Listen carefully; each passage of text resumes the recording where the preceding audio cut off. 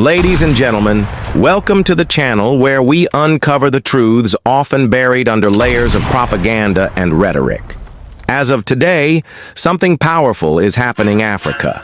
Power shifts quietly, behind closed doors, with deals made not to uplift, but to control.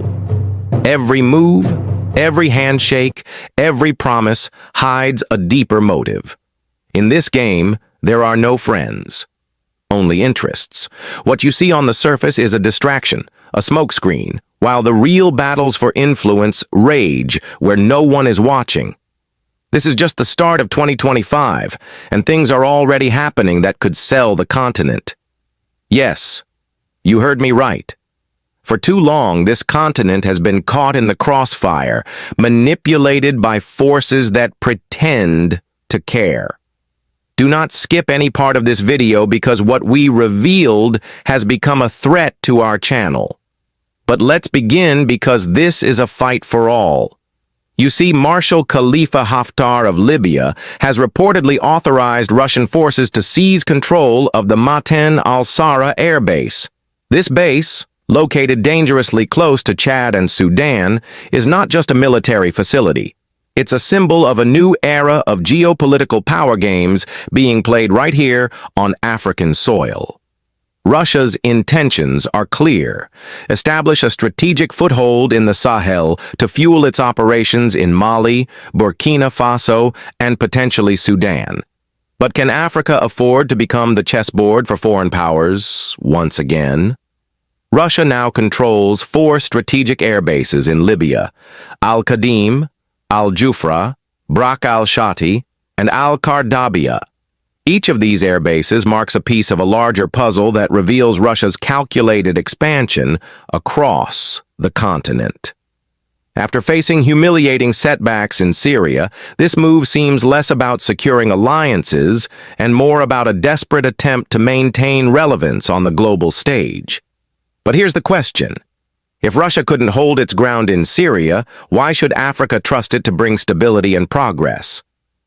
Let's ask ourselves. The Ma'ten al-Sara air base is being rebuilt by Russian forces, with help from Syrian soldiers.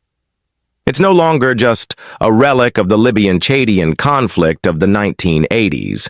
It's being transformed into a hub for Russian military operations in Africa. The implications are chilling. Supplies from this base are set to flow directly into Mali, Burkina Faso, and Sudan, regions already burdened by instability. Is this the kind of influence Africa needs? Or are we watching yet another chapter of exploitation unfold under the guise of partnership? Yes. We could have it in history how Russia never did half of what France has done on the continent, but is the continent ready to harbor while still struggling with France? Critics are asking the tough questions. Can Russia be trusted? What does Africa stand to gain from these partnerships? Or better yet, what does Africa stand to lose? Remember what Prof said. I watched in great pain in Bamako, Mali, young Malians celebrating in the streets that the government of Mali had entered into successful or possible successful negotiation with Wagner, which is a Russian mercenary group, to replace the French. And they are saying how beautiful it is now. And I said, a slave celebrating the departure of one slave master and the arrival of another slave master. That is the state in which we are. Russia's reliance on outdated Soviet-era technology and partnerships with questionable allies like North Korea raises serious doubts about its capabilities. If Russia struggles to protect its own borders and economy, what guarantees can it offer African nations? Beyond military presence, what does Russia truly bring to the table? Is it offering modern solutions or merely recycling propaganda and weapons of war? But let's not stop there. Africa has faced these manipulations before. During the Cold War, we saw the continent used as a battleground for superpowers to assert their dominance. Today, history threatens to repeat itself. This time, it's not just NATO and Russia. It's a web of global players, each with their own agendas. Are we prepared to become the collateral damage in their quest for power? And why is the continent not using its resources for its benefits? You see, Dubai was once a desert, yet today it stands as a global tourist hub. Africa, with its vast deserts and rich cultural heritage, has the same potential. But instead of focusing on tourism, development, or innovation, we're inviting weapons factories and military bases into our lands. This is not progress, this is war investment. And make no mistake, it's an investment that will yield nothing but destruction. Get it straight, the continent right now needs a fair shared investment, innovation, and youth empowerment, not war. Just look at Russia's trajectory. It's a nation grappling with economic sanctions, internal dissent, and international isolation. Its impulsive foreign policies, driven by revenge and desperation, are not sustainable. Putin's actions have left Russia standing on shaky ground. So why are African nations allowing themselves to be used as pawns in a game where the stakes are their sovereignty and future? Well, this union, the African Union, the supposed voice of the continent, has been eerily silent. How can we claim to be independent when foreign military bases litter our soil? The truth is, no superpower comes to Africa with altruistic intentions. They're here for resources, influence, and control. It's high time we ask ourselves, what's Africa's plan for Africa? Russia delivered over 100 military vehicles to Mali last week. The delivery reportedly included a number of tanks, trucks, artillery systems, and infantry fighting vehicles. Images on social media platforms showed that a convoy of over 100 vehicles arrived in Mali's capital of Bamako, reportedly from Syria, where Russian troops had departed following the fall of Bashar al-Assad's regime.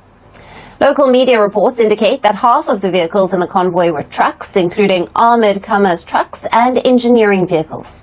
The convoy also included T-72 tanks, BMP-3 infantry fighting vehicles, as well as armored personnel carriers such as BTR-82, Spartak, Linza, and Tiger. Reports suggest that the convoy also included D-30 towed artillery pieces, anti-aircraft cannons, and a couple of boats. However, there was also a significant number of unidentified vehicles, as they were covered during the transportation.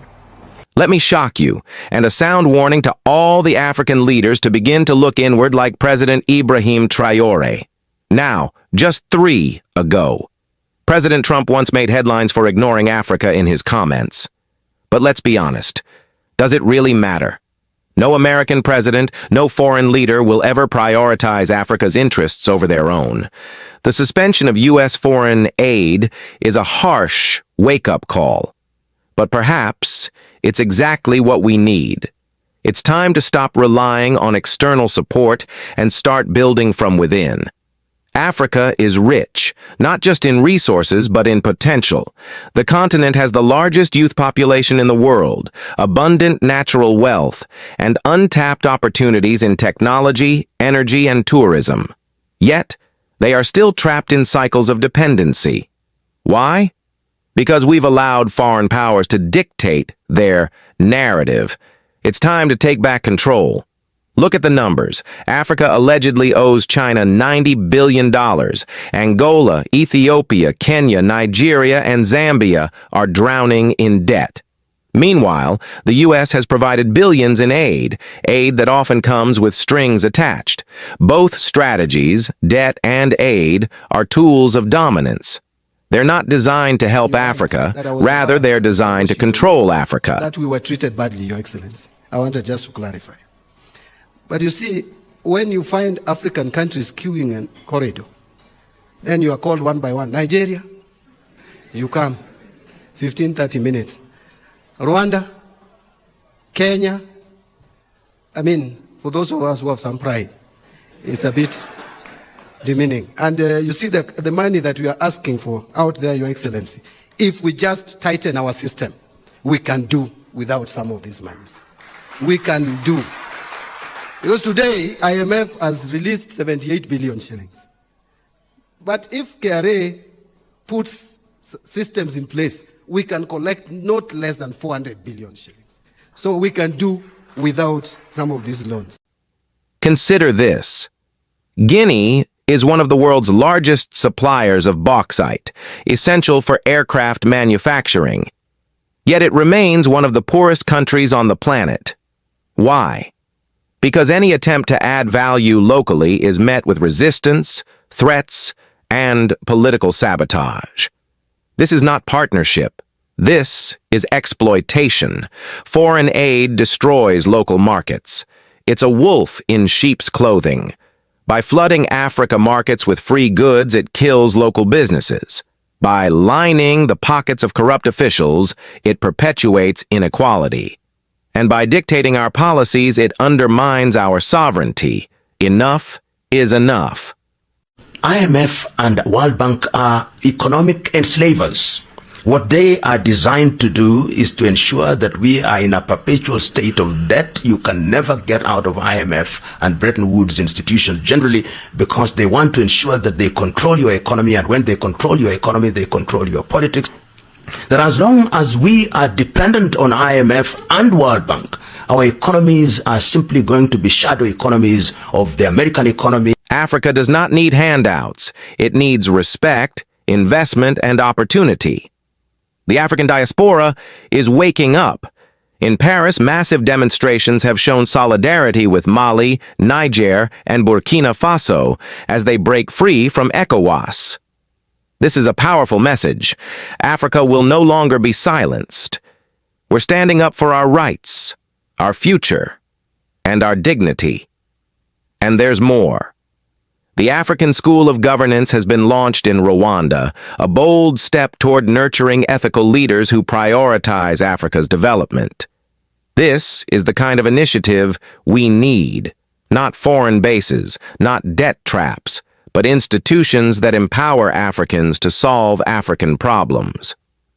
Ruto also declared as Kenya's move to allow visa-free entry for most African nations is another step in the right direction.